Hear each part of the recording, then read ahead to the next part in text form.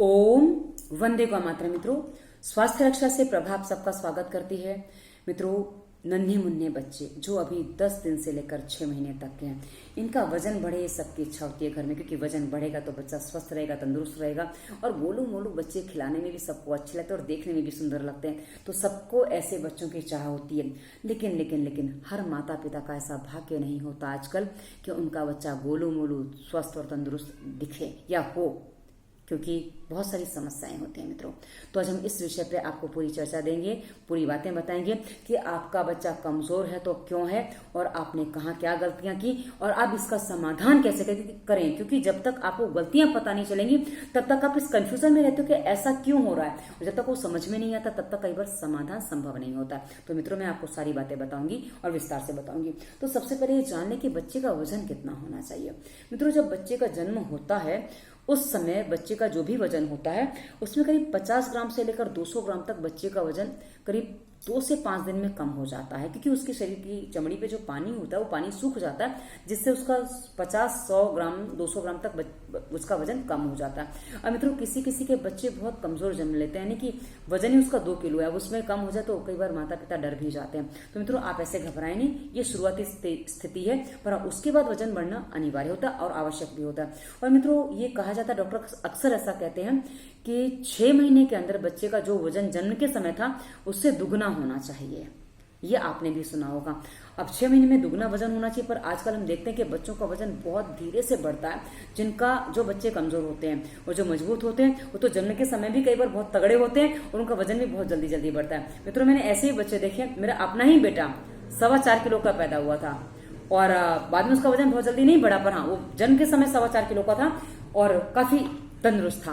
अच्छा, अब मैं आपको और बातें बता दूं मित्रों कि बच्चा दुबला पतला जो जन्म ले रहा है उसके पीछे कारण क्या है, और आप इस बात को ध्यान से समझेंगे। यदि आपका पहला बच्चा दूसरा बच्चा कंसीव करना चाहते हैं तो अब आप ये गलती ना करें, ताकि आपका कम से कम दूसरा बच्चा उतनी कष्ट ना झेले जितना पहले बच्चे में आपने भी झेले और आपके बच्चे ने भी झेले हैं। चलिए, सबसे पहली गलती कहाँ होती है मित्रों, जब गर्भ यानी कि गर्भ में बालक आता है, यानी कि बच्चा कंसीव होता है, उस समय पिता और माता की स्थितियां क्या थी, यानी कि आपकी गर्भाशय की स्थिति क्या, आपके शरीर की स्थिति क्या, आप कितने मजबूत थे जब आपने गर्भ धारण किया, और साथ ही आपके पति का बीज कितना मजबूत था, यानी कि वो हस्तमैथुन के कितने रोगी रहे या नहीं रहे, उस पर निर्भर करता है कि बच्चा कितना तंदुरुस्त, कितना स्वस्थ जन्म लेगा। क्योंकि बीज जैसा होगा बच्चा भी वैसा ही होगा, उसके अलावा कुछ नहीं होगा।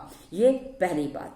तो यदि आप दूसरा बच्चा प्लान करें तो उससे पहले अपने आप को थोड़ा मजबूत बनाएं। हमारी प्लेलिस्ट धातु रोग और गर्भावस्था का पहला वीडियो आप देख लीजिए, उसमें हमने बताया कि आप अपने आप को कैसे मजबूत बनाएं, तो उसका पालन कर लीजिएगा दूसरे बच्चे के समय। अब आगे बढ़ते हैं। यदि गर्भावस्था में डॉक्टर ने आपको बोल दिया कि यदि आपने जो ज्यादा खाया पिया आपका बच्चा मोटा हो जाएगा, बड़ा हो जाएगा, ज्यादा वजन का हो जाएगा, तो आपकी नॉर्मल डिलीवरी नहीं होगी। इस चक्कर में भी कुछ महिलाएं खाने पीने में लापरवाही करती हैं ताकि बच्चा ज्यादा वजन ना बढ़े, तो मेरा बच्चा नॉर्मल डिलीवरी से पैदा हो जाए। मित्रों, कितना भी बड़ा बच्चा हो नॉर्मल डिलीवरी से पैदा हो सकता है, ये हमने हमारी प्लेलिस्ट गर्भावस्था में बताया है। और मैंने 5 किलो के बच्चे की डिलीवरी भी नॉर्मल होते देखी है, और मेरा अपना बेटा 4.25 किलो का नॉर्मल डिलीवरी से ही पैदा हुआ है। मैं आपको स्पष्ट कर रही हूँ। तो इस बहकावे में आप आ गए तो भी आपका बच्चा कमजोर रह जाता है और आप खुद कमजोर हो जाती हैं। और ऐसी स्थिति में तीसरी जो स्थिति बनती है कि आपका गर्भावस्था के बाद के आपने जो निर्देशों का पालन नहीं किया है, यानी गर्भावस्था में भी नहीं किया, बाद में भी नहीं किया, तो ऐसी स्थिति में आपका दूध नहीं बन पाता है। और जब माँ का दूध बच्चे को नहीं मिलता है मित्रों, तो बच्चा अपने आप से ही कमजोर हो जाता है, क्योंकि माँ का दूध बच्चे का सबसे अच्छा पोषक होता है। अब माँ का दूध ही नहीं मिलेगा तो बच्चा कैसे बढ़ेगा। और उसके बाद क्या होता है कि जब माँ का दूध नहीं बन रहा है तो कई बार आप डॉक्टर के पास जाते हो, डॉक्टर आपको कोई पाउडर वाला दूध का डब्बा लिख के दे देता है। यदि आप ये डब्बे वाला दूध बच्चे को पिलाएंगे, आपके बच्चे को बहुत सारी समस्याएं भी आएंगी और आपका बच्चा कभी मोटा नहीं होगा, कभी स्वस्थ नहीं रहेगा। आप बार बार उस बच्चे को डॉक्टर के पास लेके जाएंगे और परेशान होते रहेंगे। तो मित्रों, यदि आपका दूध नहीं बन पा रहा है तो पता करिए आसपास कहीं बकरी का दूध मिल जाए। यदि आपके पास सामंजस्य सुविधा है तो आप एक बकरी पाल लीजिए। बकरी का दूध बच्चे के लिए भी और आपके लिए भी बहुत अच्छा होता है, क्योंकि बकरी के दूध में फैट नहीं होता है। आप कितना भी पियो उससे मोटापा नहीं बढ़ता है, क्योंकि मेरा बचपन ही बकरी के दूध का बीता है, मुझे अच्छे से पता है। मैं 20 साल की उम्र तक मैंने मात्र बकरी का दूध ही पिया, मुझे और कोई दूध मिलता ही नहीं था, क्योंकि था ही नहीं हमारे यहाँ, तो बकरी का दूध हमने पिया। अच्छा, उसके बाद मैं आपको बता दूं कि बकरी का दूध ना मिले तो अब गाय का दूध ले लीजिए। अब गाय का नहीं मिले तो भैंस का ले लीजिए। उसमें जितना बच्चा पचा पाता उस अनुसार आप आधा पानी, एक चौथाई पानी, एक तिहाई पानी, जैसा बच्चा पचा पाए उतना पानी मिला के बच्चे को दूध गर्म करके दीजिए।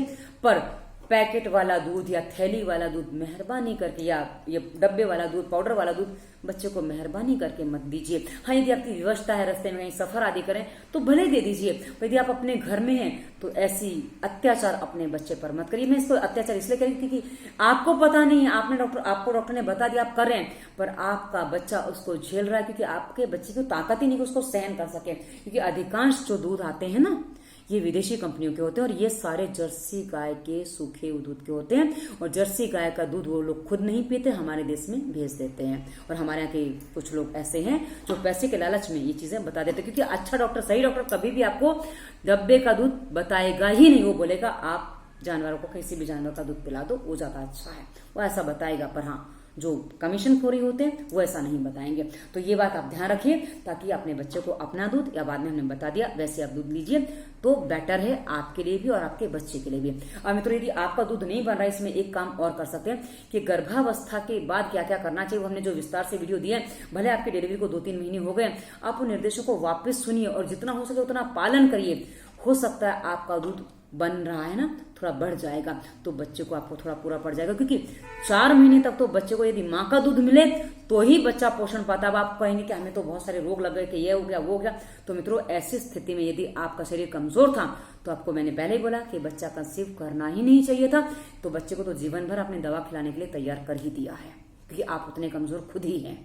तो ऐसी स्थिति में मजबूत बच्चा जन्मने का तो आप भूल के भी नहीं सोच सकते कि जैसे माता पिता होंगे, जैसा पेड़ होगा वैसा ही फल लगेगा और जैसा बीज होगा वैसा ही पेड़ बनेगा। इतनी सी बात आपको समझ में आनी चाहिए। अच्छा, उसके बाद अब जो कुछ हो चुका है, अब हम उसके आगे क्या करें मित्रों? इसके आगे के लिए मैं आपको कुछ निर्देश और दे दूं। क्योंकि जो बच्चे कमजोर होते हैं ना, वो बच्चे सर्दी, खांसी, जुकाम, बुखार का जल्दी शिकार हो जाते हैं।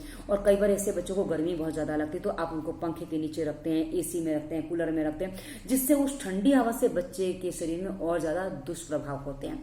तो मित्रों, कभी भी एक बात ध्यान रखिए, बच्चे को अधिक ठंडे या अधिक गर्म टेम्परेचर में नहीं रखना चाहिए।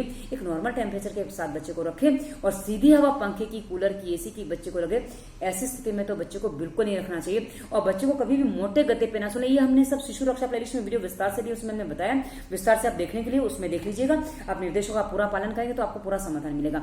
बच्चे को कपड़े की गोदड़ी वगैरह बनाइए, उसमें बच्चे को संभालिए कि कपड़ा जो है ना वो बच्चे के पसीने को सोख लेता है। और रुई में पसीना ज्यादा बनता है क्योंकि रुई गर्म होती है। डनलप का गद्दा है, कोई भी आजकल जो रेडीमेड ऐसे ये जो गद्दे आते हैं ना, ये आपको मैं दिखा दूं, जो इस टाइप के होते हैं, इसमें बच्चे को अंदर से गर्मी ज्यादा निकलती तो गर्मी ज्यादा लगती है। तो बच्चे को कपड़े की गोदड़ी बनाइए, कॉटन कपड़ा, चुन्नी हो, साड़ी हो, चादर हो, उसकी गोदड़ी वगैरह बनाइए, बच्चे को उस पर रखिए ताकि बच्चे को गर्मी कम लगे और आपको उसको ज्यादा ठंडक में ना रखना पड़े। और साथ ही उसकी नाक में, कान में, नाभि में, कान में 1 बार, नाभि में 1 बार और नाक में कम से कम दिन में 3 से 4 बार बादाम रोगन तेल डाल लीजिए। बादाम रोगन ही डालना है, विकल्प ना मांगे, मैं विकल्प नहीं दे सकती। बादाम रोगन पतंजलि का लिए, बादाम रोगन शीरीन के नाम से मिलेगा, बादाम रोगन के नाम से मिलेगा, जिस नाम से मिले। हाँ, पर लेने से पहले पूछ लीजिएगा इसको नाक में डाल सकते हैं। यदि वो बोले हमें पता नहीं है तो मत लीजिए, क्योंकि केश तेल नहीं डालना है और कोई मसाज ऑयल नहीं डालना है आपको नाक में।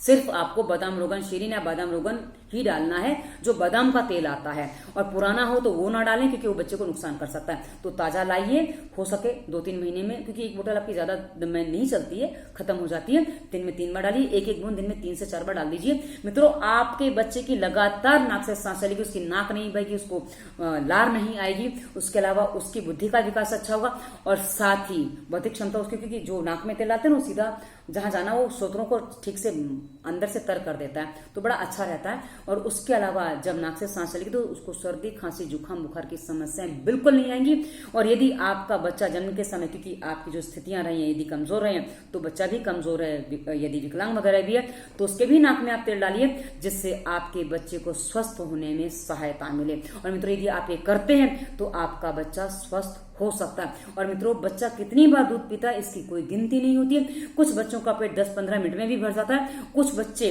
1.5 घंटे भी दूध पीते हैं। क्योंकि मेरा बेटा अक्सर मैंने देखा था 1 घंटे के ऊपर हमेशा उसको दूध पीने में समय लगता था, इतना शांति से पीता था वो दूध। और लेके बैठना ही पड़ता, उसके अलावा कोई विकल्प नहीं होता। और मित्रों सबसे बड़ी बात जो अभी तक मैंने आपको नहीं की है, यदि मां टेंशन में है तो बच्चे का वजन कभी कभी कभी नहीं बढ़ सकता।